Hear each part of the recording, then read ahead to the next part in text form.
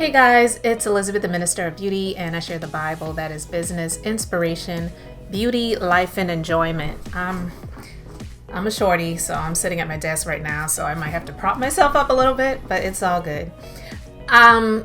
Hoping you all are doing amazing. First and foremost, I want to thank each and every one of you who are subscribed to the channel. And if you are not yet, please do go ahead and subscribe for more content to come. And while you're at it, just hit like on the video as well. And let's just go ahead and talk about imposter syndrome. Guys, if you don't know about me, I am someone that deals with imposter syndrome, but I am a business owner. I have been for over 14 years for one of the businesses that I am operating right now currently. And it has been amazing. I'm really blessed. I will say I am really blessed in spite of the topsies and the turvies, the ins and the outs, the ups and the downs. I am really blessed because when I really sit and think about where I came from, it is a blessing to say that I am doing this. And in order for me to have done what I have done and currently am doing, I had to drown out the voices that come along with imposter syndrome. What imposter syndrome is really meant to do, it is designed to make you feel inferior and make you feel like you are not good enough to do what you are aspiring to do, what you currently already doing, and make you feel like you're a failure. So when things happen in your life, especially if you are in business, that don't go the way that you are desiring for them to go, then that imposter syndrome, it can, kick up a good bit more and really make you start to feel like you don't know what you're doing. Because I can say that looking back over the years, it's probably something that was always there, but I didn't allow that to stop me because of the faith that I had to believe that I was able to achieve and overcome what I was doing. I moved forward in spite of those things. But when things happen in my life and in my business that I did not plan on happening, that did not feel good, that were just like making me feel even depressed and down in the dumps, that's when the imposter syndrome really started kicking up a great deal more. I want to talk about how to overcome imposter syndrome, and I don't believe that there's any small way of doing it. It's something that's going to be continual. It's something that you're going to have to really tackle, and you have to be intentional about tackling it. But the one way to overcome imposter syndrome, and this may sound silly and it may sound even really simple, but to be quite honest, it actually is simple. The way to overcome imposter syndrome is literally to move and do it. You've got to, like Nike said, just do it. And that's not to say that everything that you do is going to go the way that you want it to do.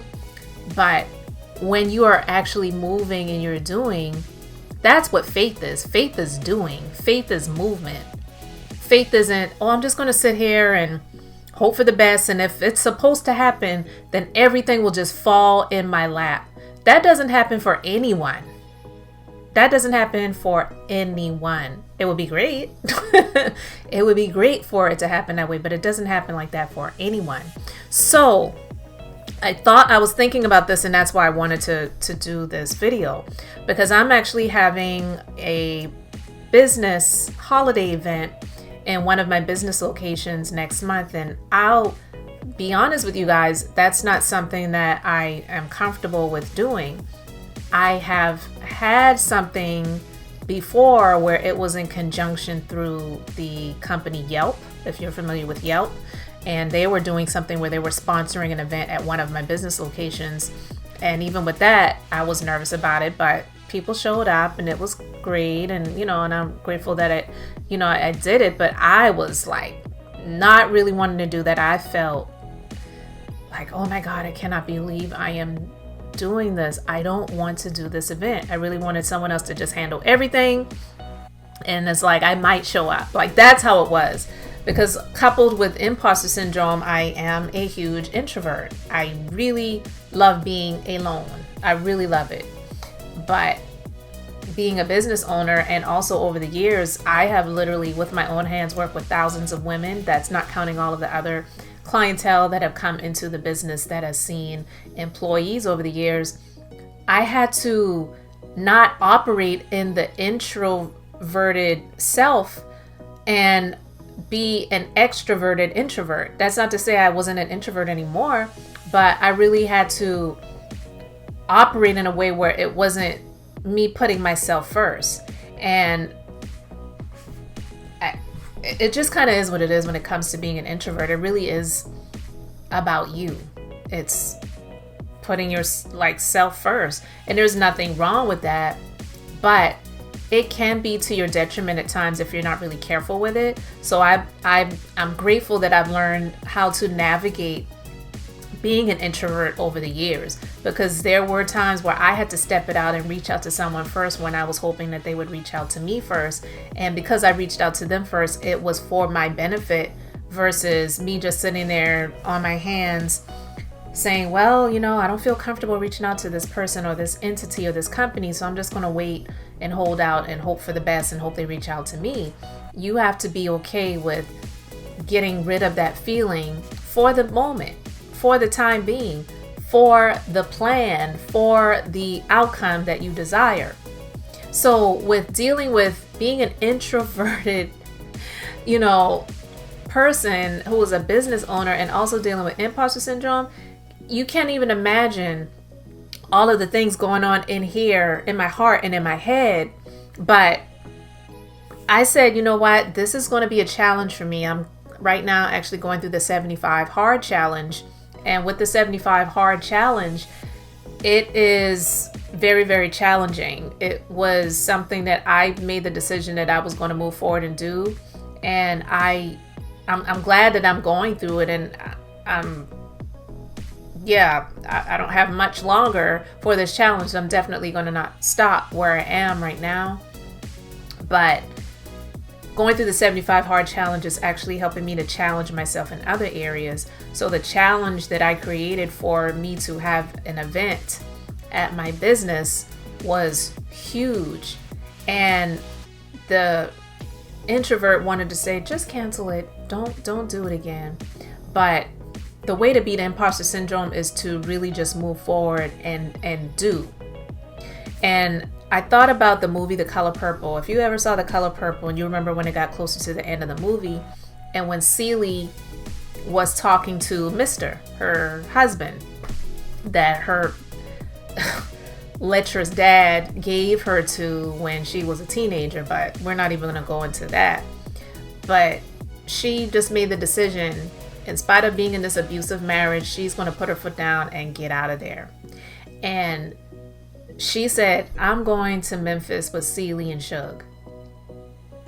And he perked up what'd you say? And she said, I'm going to Memphis with Celie and Suge. And then when she got up and she had her bags packed and they were leaving, I was here for it. And I remember that movie I watched for the first time many, many, many years ago. I was a child when that movie came out. But it came back to me recently where I just thought about that in terms of imposter syndrome. Because imposter syndrome can operate through other people. It's not always just these silent voices in your head. It can operate through other people that will say things to try to deteriorate your self-esteem and your motivation and your desire and drive and all of those things. So when Mr. started speaking to her negatively and calling her names, saying, look at you, you're poor, you're black, you're ugly, you're a woman, who's going to want you, just saying everything was just negative. And she could have either listened to that and stopped, or said, you know what, I'm not even going to allow that to sink into my spirit. I'm just going to get my bags, get up, and I'm going to keep walking out that door. And even when he attempted to raise his hand to swat her, or whatever he was attempting to do. She put those fingers up and she said, whatever you done to me is already done to you. And I'm not saying that you have to curse imposter syndrome in that way, but the way you curse imposter syndrome is really just to do and to not sit still and say, well, I hear these voices speaking and it's telling me that I can't do this, so I guess I can't do it. No, you just move. And so even though I've dealt with it in so many different ways, and because of some things that I experienced in my life and in my business a few years ago that still residuals I'm still dealing with, it really did impact me in a lot of ways, but I didn't stop. I said, you know what, I may have to pivot, do some things differently, edit over here, pare this down, build this up, reframe this, change this position. Like I just kept going, I just kept moving, and that is why I am winning over imposter syndrome, because I'm doing. So I'm saying all of that to say the way to beat imposter syndrome is really to just do, move. Don't just sit there and listen to those voices, whether the voices are internally shouting or you're hearing it through other people. And I get it. It's sometimes hard for me when I hear someone that is speaking negative to me, for me to not go off on them. It really, that alone is a challenge. But sometimes you just have to separate yourself from those voices for a moment to gather your thoughts, your well-being, and your drive and all those things, and get it together, and then just keep progressing and keep moving forward. Because I can tell you, it's hard when you actually hear or know of people that are saying things to try to speak things over you. They can't beat you. They can't beat you at you being you. They can't beat you when you don't stop. And it's not about competition and trying to beat anyone, but it's about beating that, overcoming what they thought they had the power to say or do to you to stop your progression and your forward movement. So I hope you got something out of that. I just wanted to talk about that for a moment, guys. I really appreciate you liking and subscribing to the channel. Let me know your thoughts in the comment section. Let me know if you've been battling and dealing with imposter syndrome in any way. Love to just chat about it. And guys, thank you so much. As always, I am Elizabeth, the Minister of Beauty, sharing the Bible. That is business, inspiration, beauty, life, and enjoyment. So until the next time, have an amazingly blessed and beautiful day.